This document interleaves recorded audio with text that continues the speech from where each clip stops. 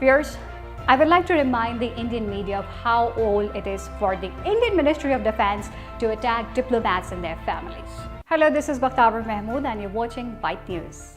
It was August 1991 when the Indian ambassador to Romania, Julia Francis Ribeiro, survived assassination attempt by the Indian Secret Service. Target killings attempts were carried out in India, meaning that the audience had to understand that Julia Francis Ribeiro was a living witness to the Indian war crimes against the Sikhs. So, it was important to get Ribeiro out of the way.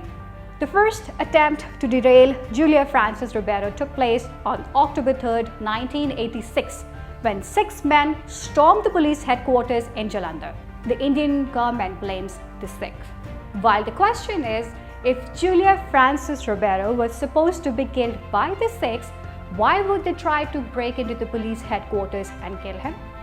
It would have been very easy for the Sikhs to kill him when he was out of the headquarters. Because it is utter nonsense to try to kill a police officer by breaking into the police headquarters, and no one can do such nonsense or such daring all over India except the Indian intelligence agency, 𝐻𝐸. Julia Francis Ribeiro then becomes an Indian ambassador to Romania. Indian 𝐻𝐸 launches second assassination attempt on Julia Francis Ribeiro in Romania. And then, by the grace of God, that this attack also fails. The Indian intelligence agency had formed a team of 4 people led by 𝐻𝐸 Deputy Director Rakesh Kumar to kill Julia Francis Ribeiro.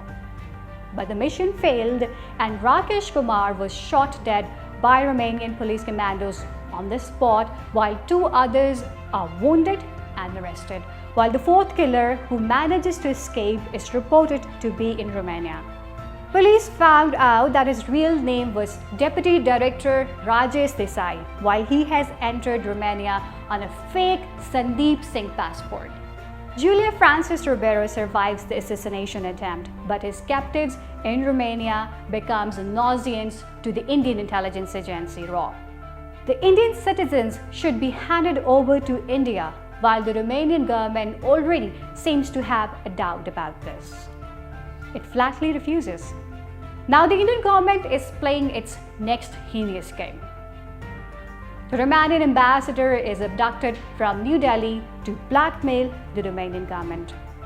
Today, the Indian media, which is wailing over the disappearance of Afghan diplomat's daughter from Islamabad, has forgotten the Indian media when his government kidnapped the Romanian diplomat from New Delhi. It was October 10, 1991, when despite constant pressure from the Indian government, the Romanian government refused to hand over 𝐻𝐸 officers to the Indian government. The Romanian ambassador to India, Levi Radu, was abducted and charged, and it was imposed on 6th. Viewers, just think how ridiculous it is. If an Indian diplomat is attacked in Romania, then the blame is on the Sikh. If a Romanian diplomat is kidnapped in New Delhi, then the blame is also on the Sikhs. The Indian government has considered the world so stupid. And let me tell you one more thing. From 1984 to 1991, India was the only country in the world that was involved in the kidnapping and murder of diplomats.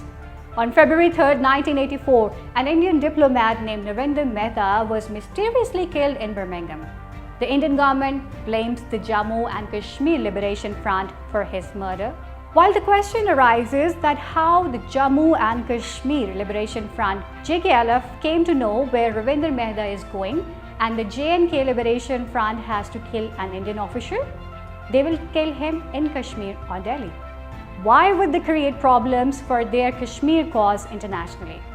The fact was that Narendra Mehta was assassinated by the Indian intelligence agency 𝐻𝐸 only because 𝐻𝐸 had received information that Narendra Mehta was about to secretly hand over some important evidence against Indian atrocities in Kashmir to the world media. Well, the story of the Indian government's terrorism is so long that a book can be written about it. But for now, on such an occasion, I would like to say to the Indian government that you should not interfere in the Pak-Afghan relations.